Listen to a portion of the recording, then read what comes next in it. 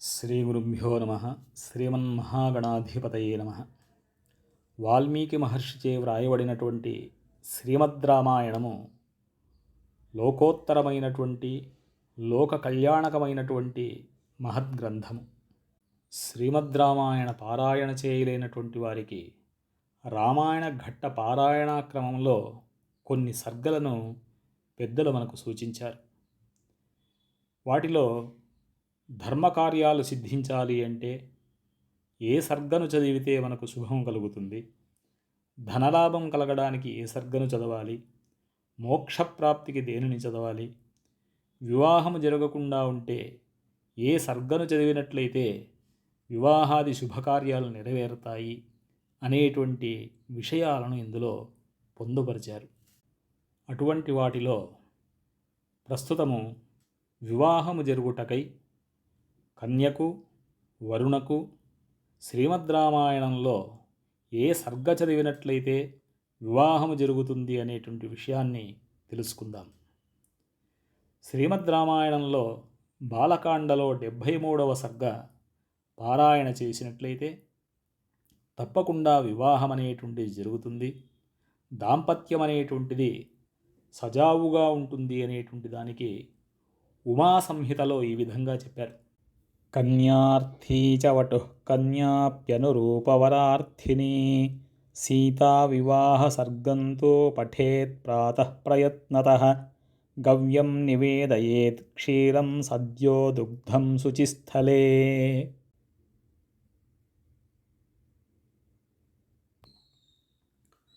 యువతీ యువకులకు పెండ్లి కాకుండుట, పెండ్లి అయినటువంటి దంపతులు అన్యోన్యత లేకుండా ఎడబాసి ఉండుట, జీవితానికి అనివార్యమైనటువంటి దాంపత్య సౌఖ్యం లభింపకుండా ఉండుట మొదలైనటువంటి విఘ్నములు తొలగిపోయి తమ కోరికలు సిద్ధించుటకై సీతాకళ్యాణ ఘట్టాన్ని బాలకాండలో 73వ సర్గను ప్రాతకాలముననే లేచి స్నానాది కృత్యాలన్నీ నెరవేర్చుకొని పారాయణ చేసినట్లయితే శుభము చేకూరుతుంది అని చెప్పబడింది.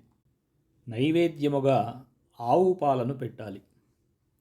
ఇక సంకల్పము చెప్పుకునేటువంటి సమయంలో శ్రీ సీతా లక్ష్మణ భరత శత్రుఘ్న హనుమత్సమేత శ్రీరామచంద్ర ప్రభో ప్రసాదేన, అమ్మాయి పేరైతే అమ్మాయి పేరు చెప్పుకొని నామ్న్యా కన్యాయా, అబ్బాయి అయితే అబ్బాయి పేరు చెప్పుకొని నామ్నః వరస్య శీఘ్రమేవ వివాహ సిద్ధ్యర్థం శ్రీ సీతా వివాహాత్మక శ్రీమద్ రామాయణ ఘట్ట పారాయణం అహం కరిష్యే.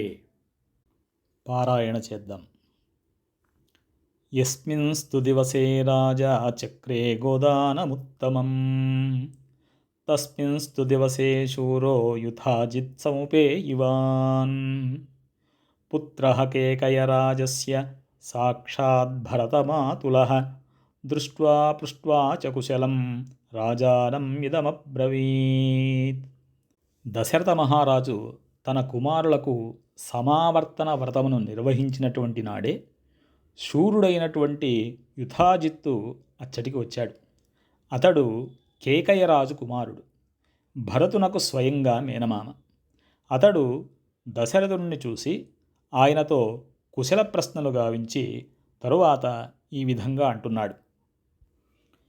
కేకయాధిపతి రాజా స్నేహాత్ కుశలమబ్రవీత్ ఏషాం కుశలకామోసి తేషాం సంప్రత్యనామయం స్వశ్రీయం మమ రాజేంద్ర ద్రష్టుకామో మహీపతి తదర్థం ఉపయాతోహం అయోధ్యాం రఘునందన శ్రుత్వా త్వహమయోధ్యాయాం వివాహార్థం తవాత్మజాన్ మిథిలాం ఉపయాతాంస్తు త్వయా సహ మహీపతే త్వరయాభ్యుపయాతోహం ద్రష్టుకామః స్వసుసుతం.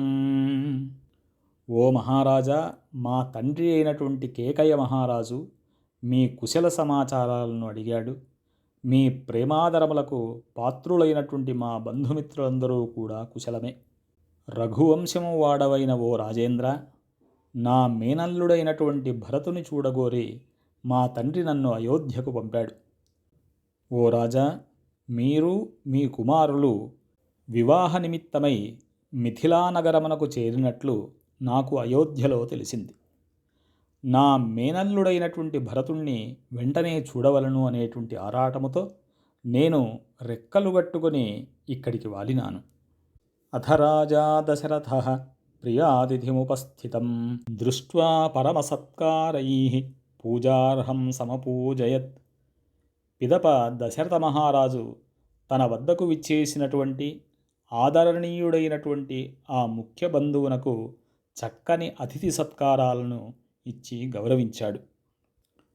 తతస్తాముషితో రాత్రిం సహ పుత్రైర్మహాత్మభిః ప్రభాతే పునరుత్థాయ కృత్వా కర్మాణి కర్మవిత్ ఋషీంస్తదా పురస్కృత్య యజ్ఞవాటముపాగమత్.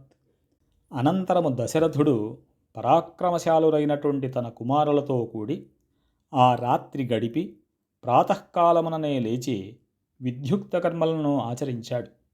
తరువాత ఋషీశ్వరులను వెంటనిడుకొని వివాహ మహోత్సవశాలకు చేరాడు. యుక్తే ముహూర్తే విజయే సర్వాభరణభూషితైః భ్రాతృభిః సహితో రామః కృతకౌతుకమంగళః వసిష్ఠం పురతః కృత్వా మహర్షీన్ పరానపి పితుః సమీపమాశ్రిత్య తస్థౌ భ్రాతృభిరావృతః వసిష్ఠో భగవానేత్య వైదేహమిదమబ్రవీత్.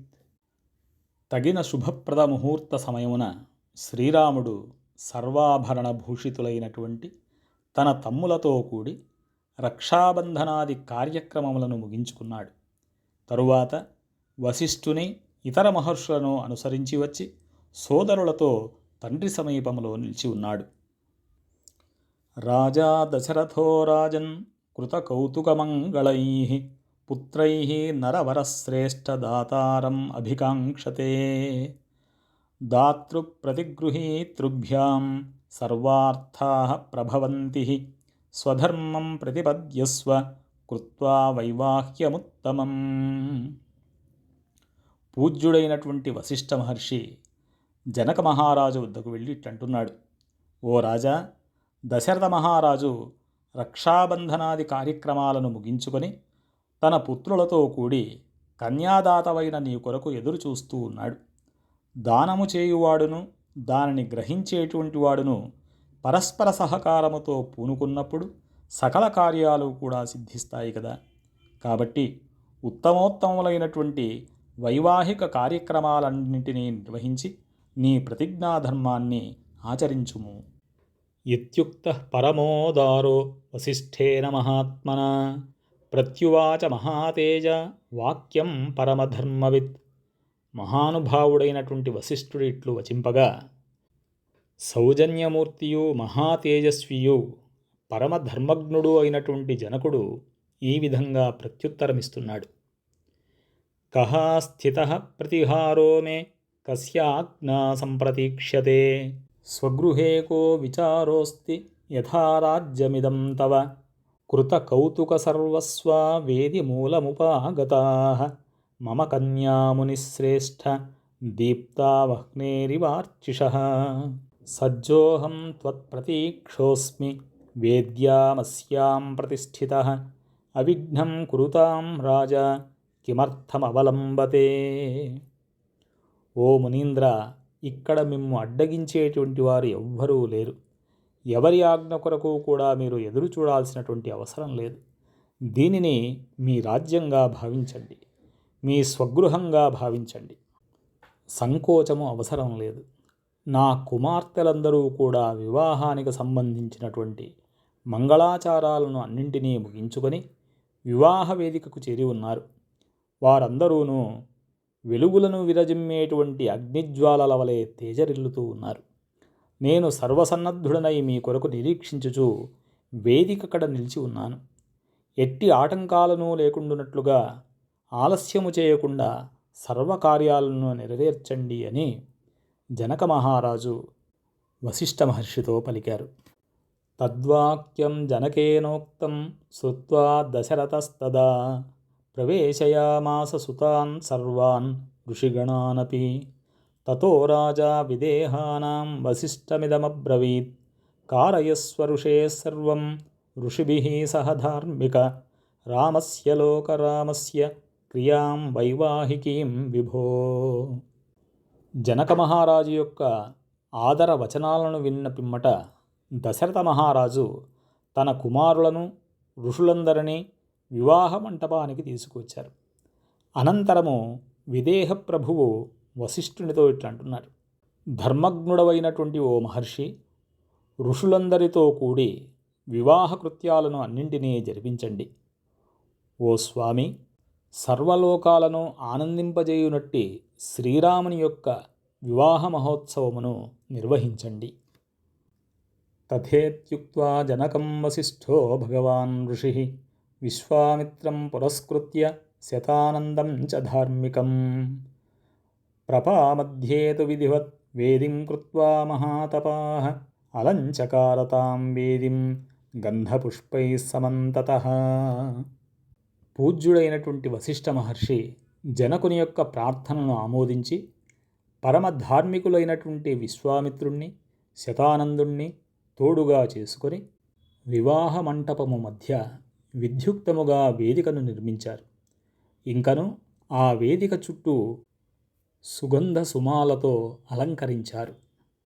సువర్ణపాలికాభిశ్చ చిత్రకుంభైశ్చ సాంకురైః అంకురాఢ్యైశ్చరావైశ్చ ధూపపాత్రైః సధూపకైః.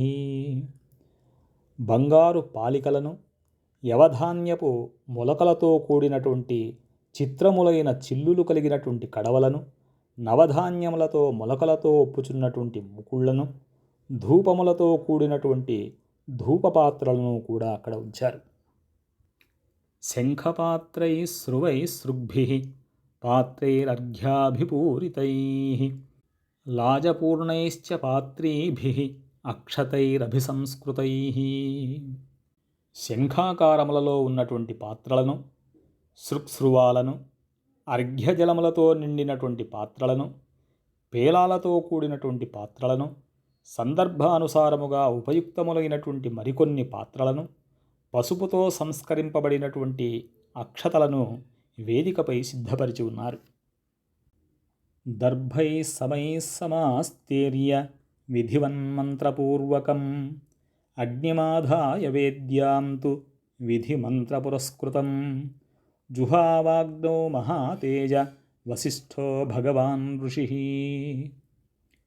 విద్యుక్తముగా మంత్రాలను పఠిస్తూ సమానములైనటువంటి దర్భలను వేదికపై పరిచారు.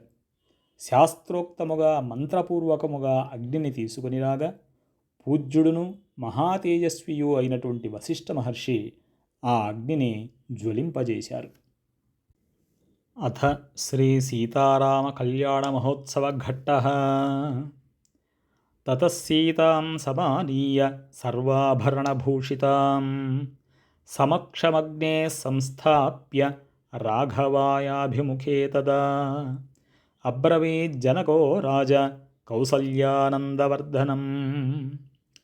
తరువాత జనక మహారాజు సర్వాలంకార శోభిత అయినటువంటి సీతాదేవిని తీసుకుని వచ్చి అగ్ని సమక్షమున శ్రీరామునకు ఎదురుగా కూర్చుండబెట్టాడు. తరువాత కౌసల్యానందవర్ధనుడైనటువంటి రామచంద్ర ప్రభువుతో ఈ విధంగా అంటున్నారు: ఇయం సీతా మమ సుతా సహధర్మచరీ తవ ప్రతీచ్ఛచైనాం భద్రం తే పాణిం గృహ్ణీష్వ పాణినా. సౌందర్యరాశి, సౌకుమార్య నిధి, లావణ్యవతి అయినటువంటి ఈ కన్యకామణియే సీత. ఈమె అయోనిజ. మహాతపస్సంపన్నులైనటువంటి రాజర్షులకు ఆలవాలము, కీర్తి ప్రతిష్టలకు నిలయము అయినటువంటి మా వంశమునకు ప్రతీక ఈ సీత. నా పుత్రిక అయినటువంటి ఈమె నేటి నుండి నీకు సహధర్మచారిణి. ధర్మార్థకామ అనగా పురుషార్థముల ఆచరణలోనూ కష్టసుఖములలోనూ సర్వదా ఈమె నీకు తోడుగా ఉంటుంది. విద్యుక్త ధర్మమును అనుసరించి పాణిగ్రహణమును ఉనర్చుము. నీకు శుభమగును.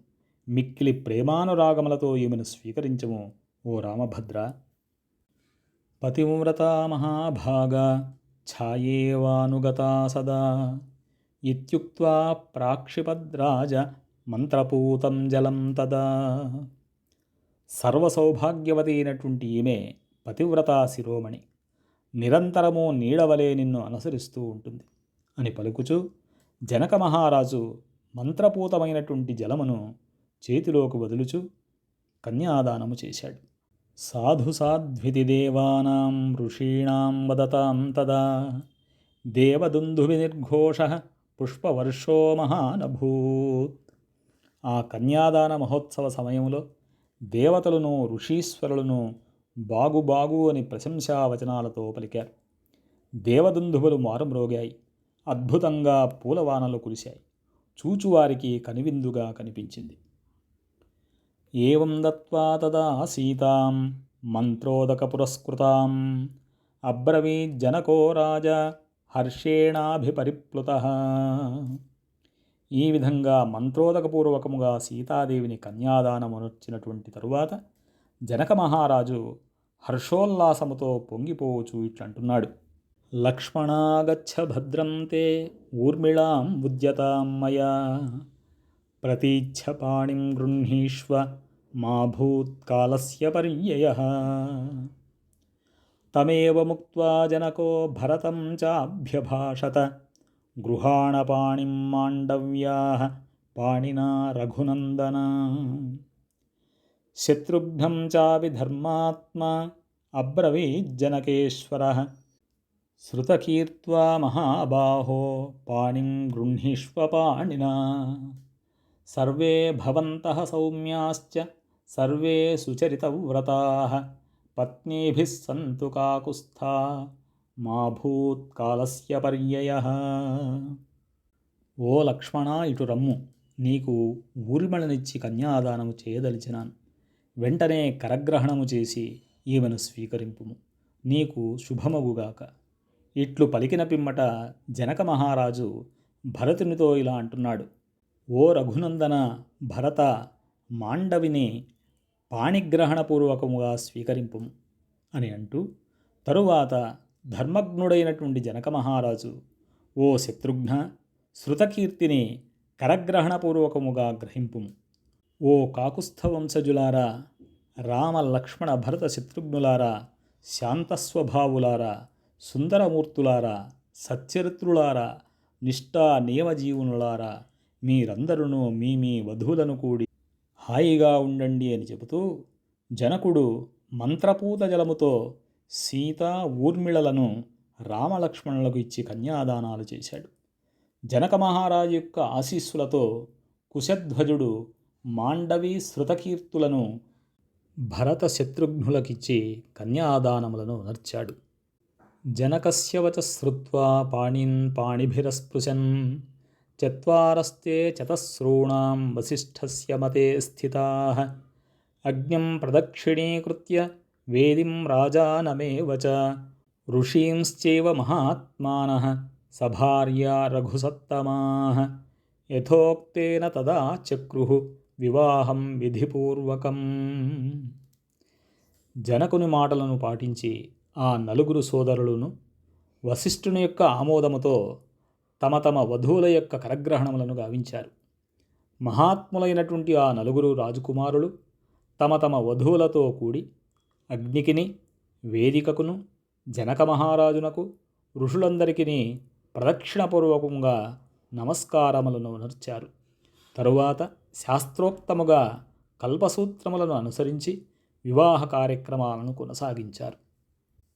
పుష్పవృష్టిర్మహత్యాసీత్ అంతరిక్షాత్ శుభాస్వరా దివ్యదుందుభినిర్ఘోషైః గీతవాదిత్రనిస్వనైః ననృతుశ్చాప్సరస్సంఘా గంధర్వాశ్చ జగుఃకలం వివాహే రఘుముఖ్యానాం తదద్భుతమదృశ్యత.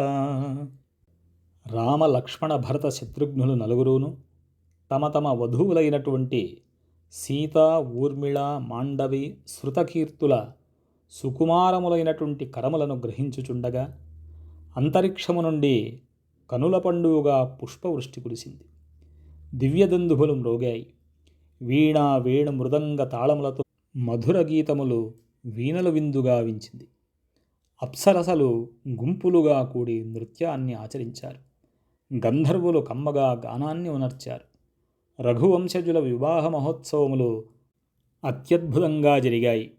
ఈదృశే వర్తమానేతు సూర్యోద్ఘుష్టనినాదితే త్రిరగ్నిం తే పరిక్రమ్య ఊహుర్భార్యామహౌజసః అథోపకార్యాం జగ్ముస్తే సభార్యా రఘునందనాః రాజాప్యనుయయౌ పశ్యన్ సర్షిసంఘః సబాంధవః. ఈ విధంగా మేళతాళ మంగళవాద్యాలు మ్రోగుచుండగా నృత్తగీత వాద్యధ్వనుల మధ్య మిక్కిలి తేజోమూర్తులైనటువంటి ఆ దంపతులు 3 పర్యాయములు అగ్ని ప్రదక్షిణములను ఆచరించి వివాహ కార్యక్రమములను నెరవేర్చారు. తరువాత రామ లక్ష్మణ భరత శత్రుఘ్నులు తమ తమ వధువులతో కూడి విడిది గృహానికి చేరుకున్నారు. దశరథ మహారాజు కూడా ఆ నవదంపతులను మహానందముతో తనివి తీరా చూచుచు ఋషులతో బంధుమిత్రులతో కూడి విడిది భవనానికి చేరుకున్నారు. ఇత్యార్షే శ్రీమద్రామాయణే వాల్మీకీయే ఆదికావ్యే బాలకాండే 370తమః సర్గః. వాల్మీకి మహర్షి విరచితమైనటువంటి ఆదికావ్యమైన శ్రీమద్రామాయణమనందలి బాలకాండమునందు 73వ సర్గము సమాప్తము. కన్యాదానం ఎవరెవరు ఆచరించవచ్చు? పితా పితామహో భ్రాత సకుల్యో జననీ తథా కన్యాప్రదః పూర్వనాశే ప్రకృతిస్థః పరఃపరః.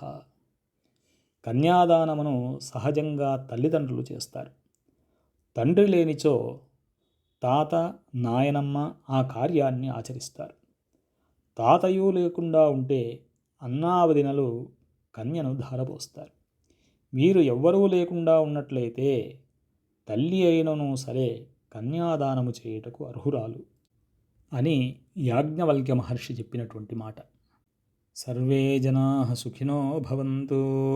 ఓం శాంతి శాంతి శాంతి. హరి ఓం తత్సత్.